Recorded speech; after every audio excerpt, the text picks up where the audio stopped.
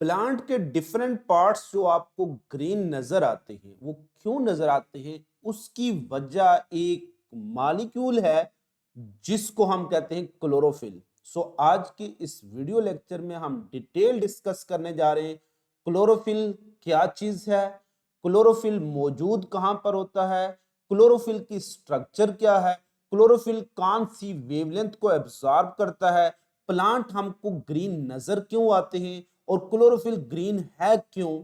इसके अलावा क्लोरोफिल को अगर हम सॉल्व करना चाहते हैं तो ये किस में सॉल्युबल होगा, जो सॉल्वेंट एक्सट्रैक्शन टेक्निक्स पढ़ते हैं पेपर क्रोमेटोग्राफी में तो उसमें हम क्लोरोफिल को किस में डिसॉल्व करेंगे। इसके अलावा जो क्लोरोफिल है उसके इंपॉर्टेंट काम क्या है और क्लोरोफिल की आगे टाइप्स कौन कौन सी हैं इसको हम डिटेल में डिस्कस करने जा रहे हैं। सबसे पहले हम डिस्कस करेंगे डेफिनेशन ऑफ क्लोरोफिल। क्लोरोफिल का जो लिटरल मीनिंग बनता है ना, पहले भी बताया कि क्लोरो का मतलब होता है ग्रीन। ये वर्ड एक्चुअली निकला है क्लोरीन से, that is green in colour. फिल का मतलब होता है लीफ। बायोलॉजी में कहीं भी वर्ड आप फिल पढ़ेंगे तो उसका मतलब होगा लीफ, यानी लिटरल मीनिंग ऑफ क्लोरोफिल है ग्रीन लीफ।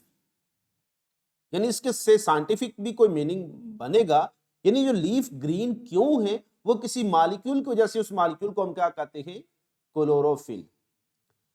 फिल वर्ड कहीं भी आप पढ़ेंगे वो लीफ से रिलेटेड होगा, चाहे वो microphylls leaf that are small in size, megaphyll है leaf that are large in size, sporophyll है लीफ दैट कंटेन स्पोरेंजिया, इसी तरह microsporophyll leaf that contain microsporangia, megasporophyll leaf that contain megasporangia.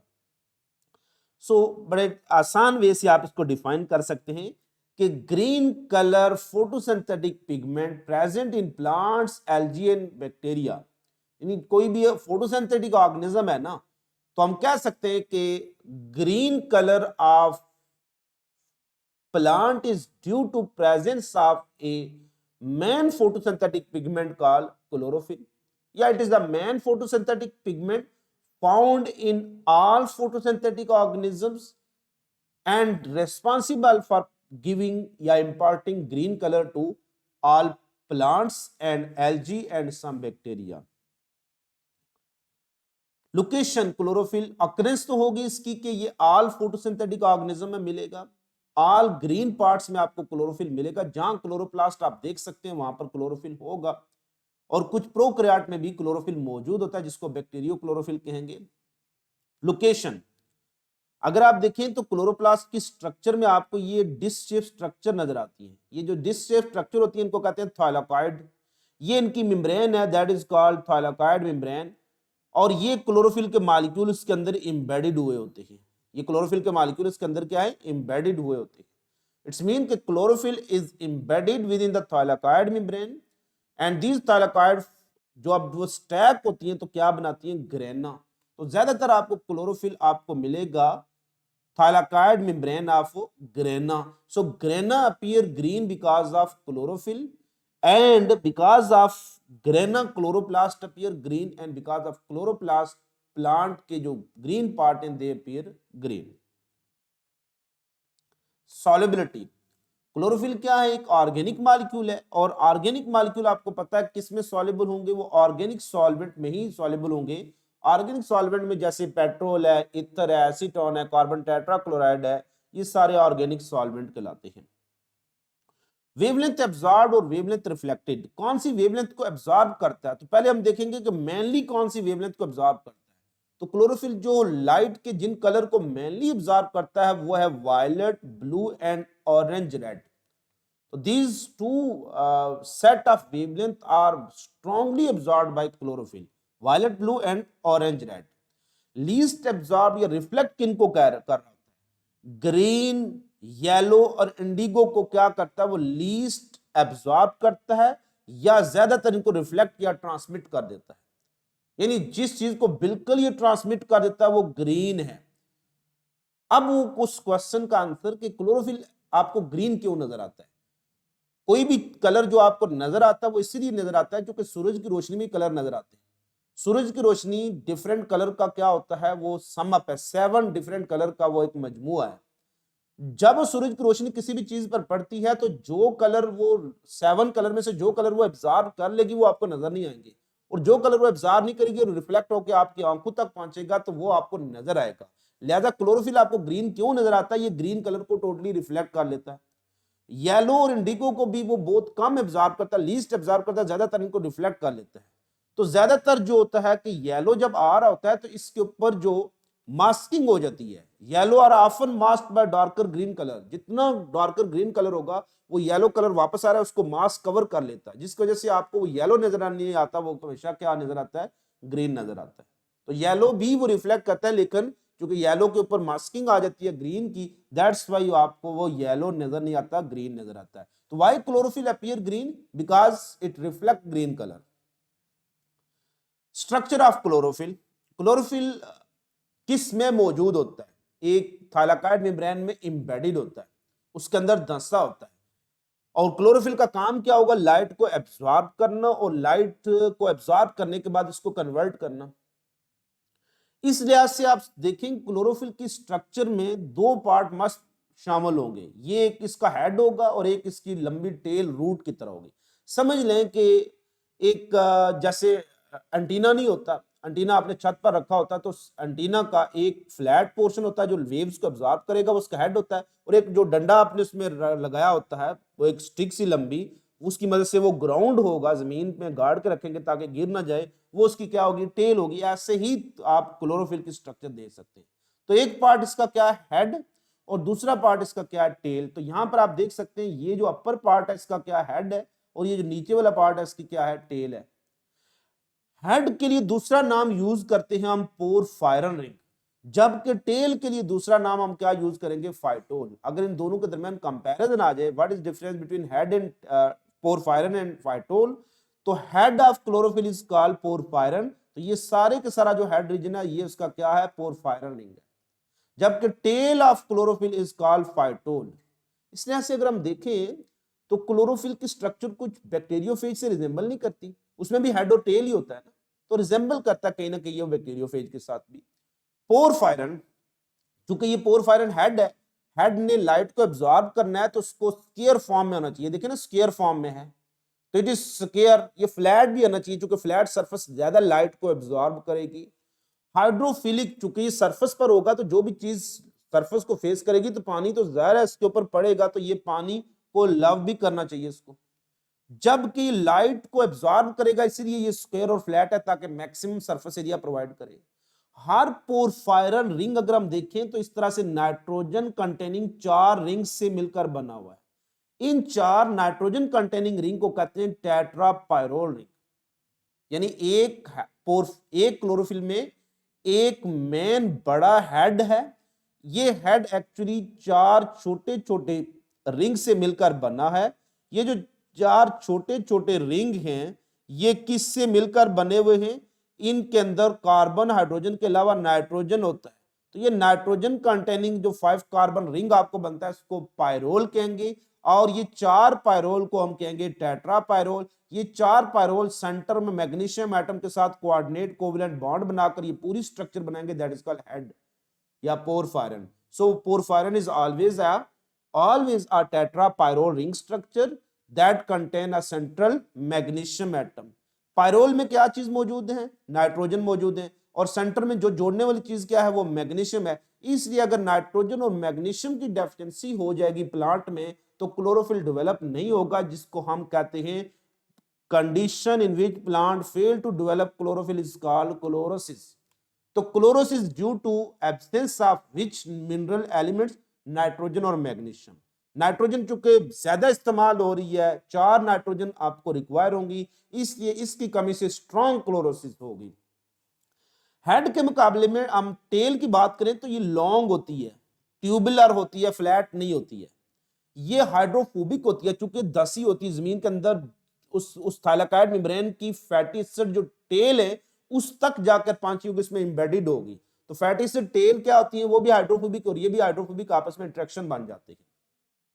Anchoring का मतलब है रूट की तरह जमीन में गाड़ के रखती है। तो ये क्लोरोफिल मॉलिक्यूल, एंटी टेस्ट में क्वेश्चन आ चुका है, chlorophyll is molecule is embedded within the thylakoid membrane through its tail, क्योंकि टेल क्या है, एंकरिंग होती है, ये रूट का काम करती है। So it is called root of chlorophyll. ये क्लोरोफिल की रूट है जो उसको, इसकी जो सॉइल होगी वो क्या होगी, थाइलाकाइड मेम्ब्रेन, उसकी फैटिंग से टेल तक जाके पहुंची होती है।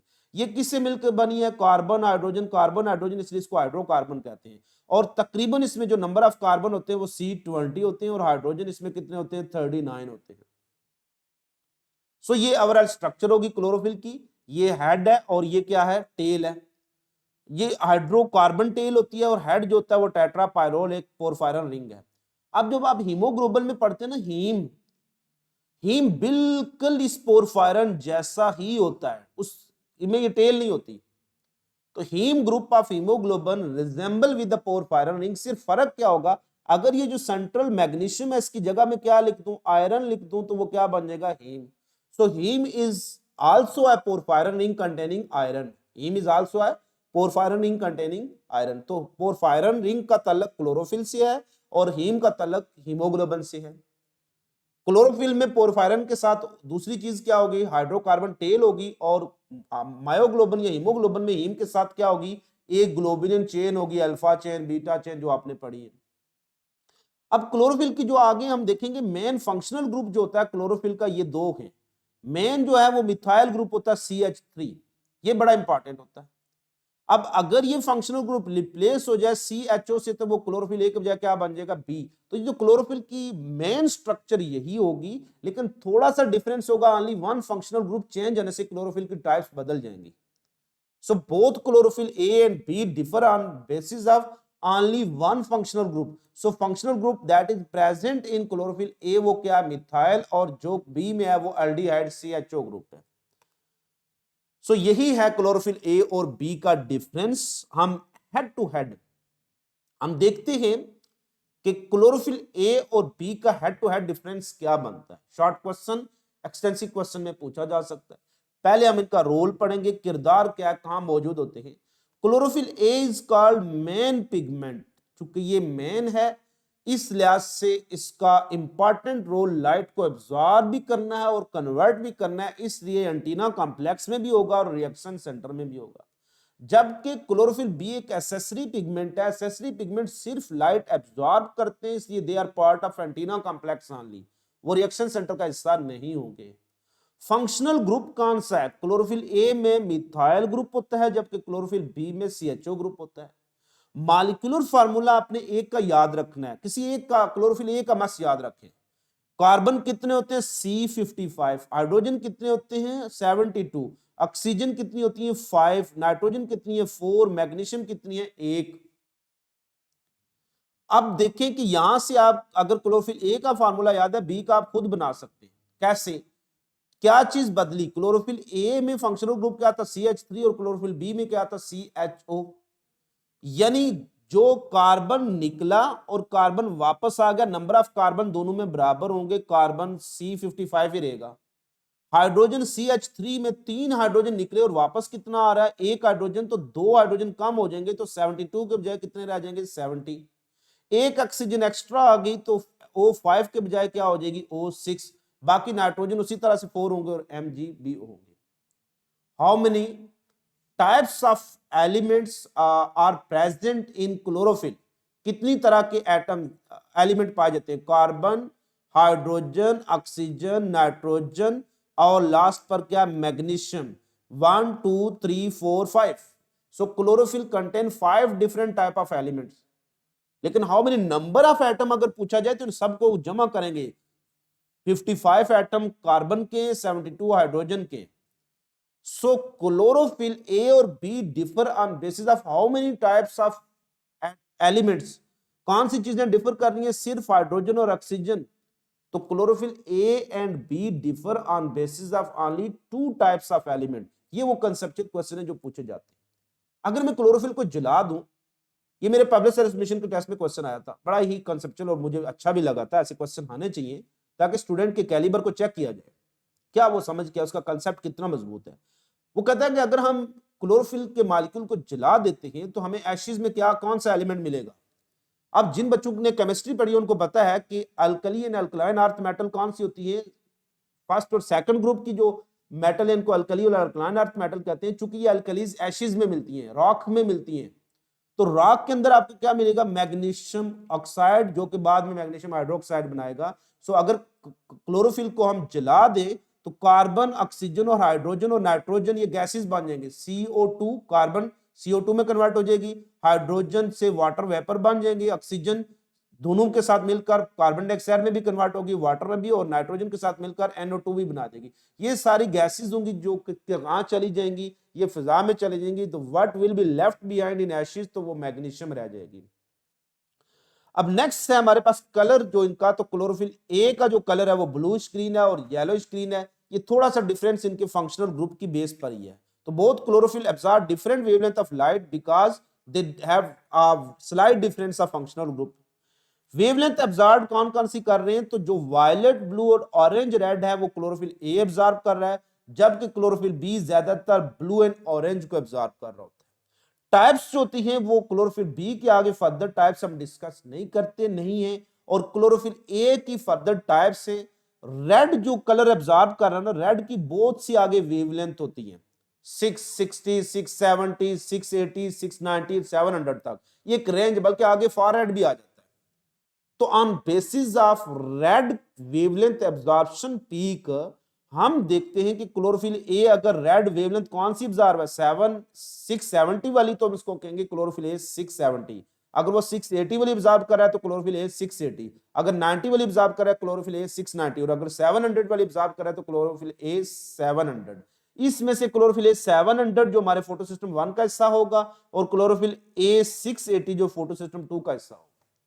तो यहां तक हमारा जो टॉपिक है वो खत्म होता है। उम्मीद करता हूं आज का वीडियो लेक्चर आपको पसंद आया होगा। अगर आप ये वीडियो फेसबुक पेज पर देख रहे हैं तो मेरा यूट्यूब चैनल आप जरूर सब्सक्राइब कर लें, प्रोफेसर इमरान खान के नाम से है, और यहां पर मैं आपको इंटरेस्टिंग किस्म की कंसेप्चुअल लर्निंग प्रोवाइड कर रहा हूं। और मेरी कोशिश यही है कि एक क्वालिटी एजुकेशन पाकिस्तान में मौजूद या दुनिया में मौजूद उस बच्चे तक भी पहुंचे घर में जो बहुत महंगी कॉस्टली एजुकेशन को अफोर्ड नहीं कर सकता।